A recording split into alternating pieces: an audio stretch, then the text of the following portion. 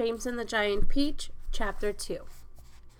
After James Henry Trotter had been living with his aunt for 3 whole years, there came a morning when something rather peculiar happened to him.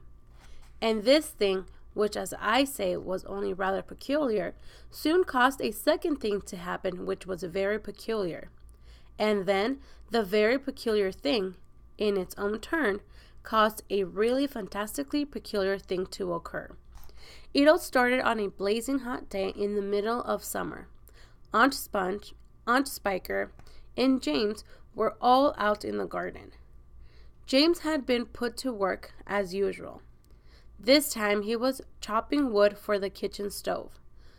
Aunt Sponge and Aunt Spiker were sitting comfortably in deck chairs nearby, sipping tall glasses of fizzy lemonade and watching him to see that he didn't stop work for one moment.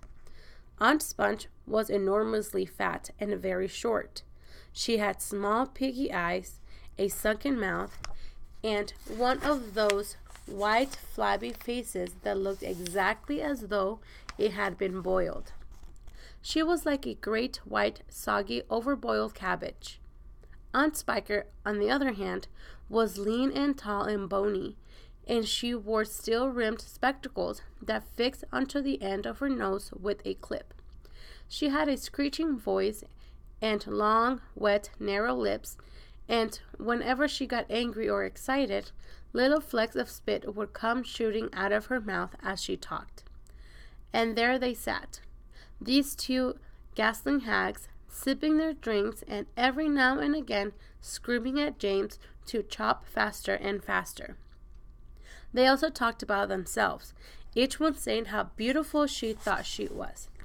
Aunt Sponge had a long-handled mirror on her lap, and she kept picking it up and gazing at her own hideous face. "I look and smelt," Aunt Sponge declared, "as lovely as a rose. Just feast your eyes upon my face. Observe my shapely nose. Behold my heavenly silky locks. And if I take off both my socks, you'll see my dainty toes.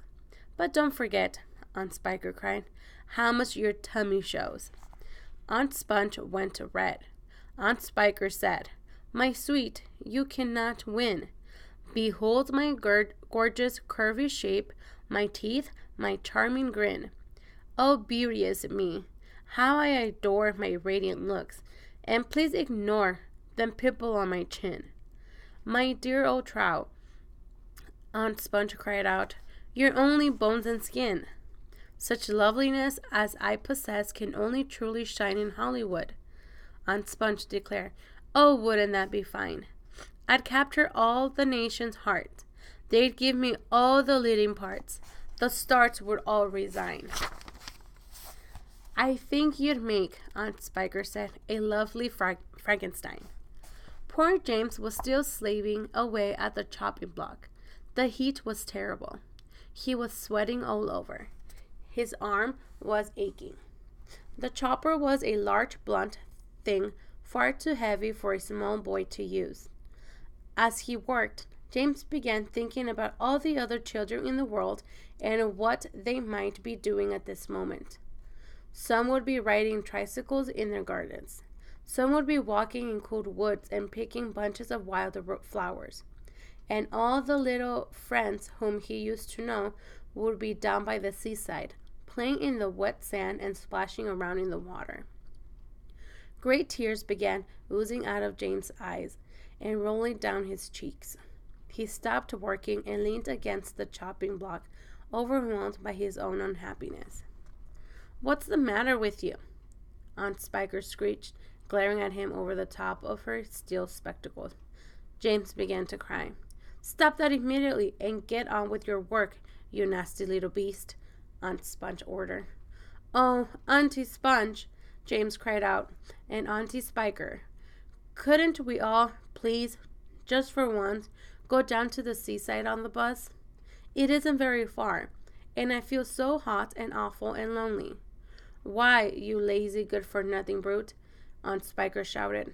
"Beat him," cried Aunt Sponge. "I certainly will," Aunt Spiker snapped. She glared at James, and James looked back at her with large frightened eyes. I shall beat you later on in the day when I don't feel so hot, she said. And now get out of my sight, you disgusting little worm, and give me some peace. James turned and ran. He ran off as fast as he could to the far end of the garden, and hid himself behind that clump of dirty old laurel bushes that we mentioned earlier on. Then he covered his face with his hands and began to cry and cry.